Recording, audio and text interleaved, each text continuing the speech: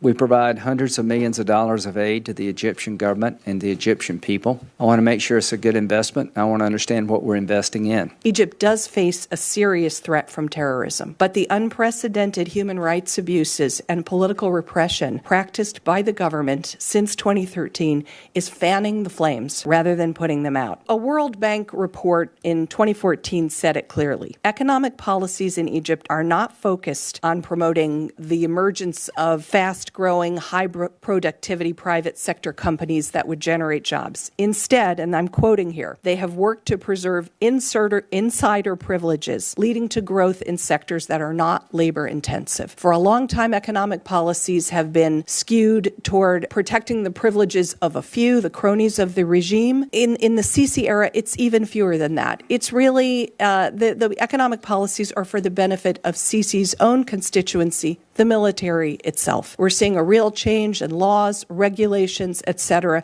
that are allowing the military, rather than the private sector, to take up more and more economic activity. That's what's behind these mega construction projects that Sisi has been carrying out. The Suez Canal passage, the new administrative capital he's building in the desert, because this is how the Egyptian military knows how to make money, by building things. Our aid to Egypt had not been very high and then leapt up after the Sadat visit to Jerusalem and the Camp David Accord, and that's 1978. That's 40 years ago. The Middle East has changed, and Egypt's role in the Middle East has changed in that period. The Egypt of that period was really the most influential country, most influential Arab country, and its position on everything was of significance to us. But that's no longer true.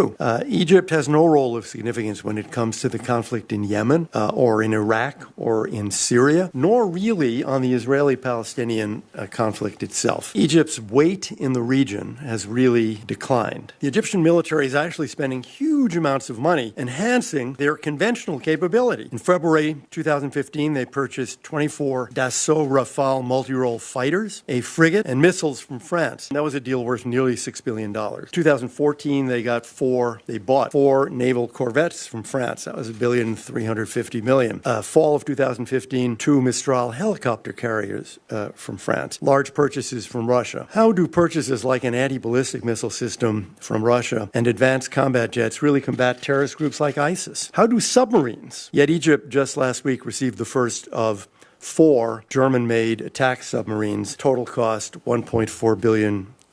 More and more, it looked to us that Egypt is becoming a country that sucks up aid, a lot more from the Gulf states than from us, as you know, contributing very, very little to regional security and treating the aid as an entitlement that simply must continue and continue and continue. Yes, they are engaged with ISIL in the Sinai, but as we've heard, in ways that probably make the problem steadily worse rather than better. Just how counterproductive the tactics are. This is basically a window into a strategy in which young men who may or even may not be members of ISIS are rounded up, executed in cold blood, and then passed off as casualties in a battlefield fight so that the army can look good. We know from history that is the way to lose a fight like this, not to win. Almost any observer of the Sisi government, I think, would agree that over the last 2 or 3 years, the primary priority of the Egyptian military and of General Sisi has not been to fight terrorism or to improve governance. It has been to make sure that what happened in 2011, the Tahrir Square rising, something like that can never, ever, ever, ever happen again in Egypt, and that the power of the military over the country's politics and economics is not challenged again. And as a result, they have concentrated as much on persecuting